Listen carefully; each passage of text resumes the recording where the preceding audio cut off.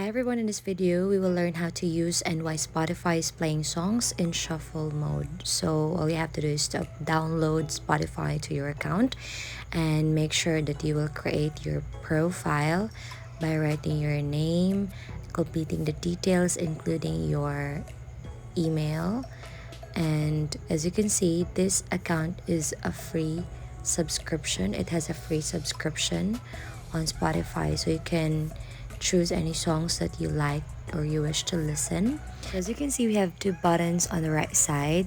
The button next to the play button is the shuffle button. So this is turned green, it means this is turned on and the songs will automatically shuffle by its own. So for you to turn that off and play songs in any order, you have to go and explore premium account. Now if you don't want to do a premium account, you can just use it for free.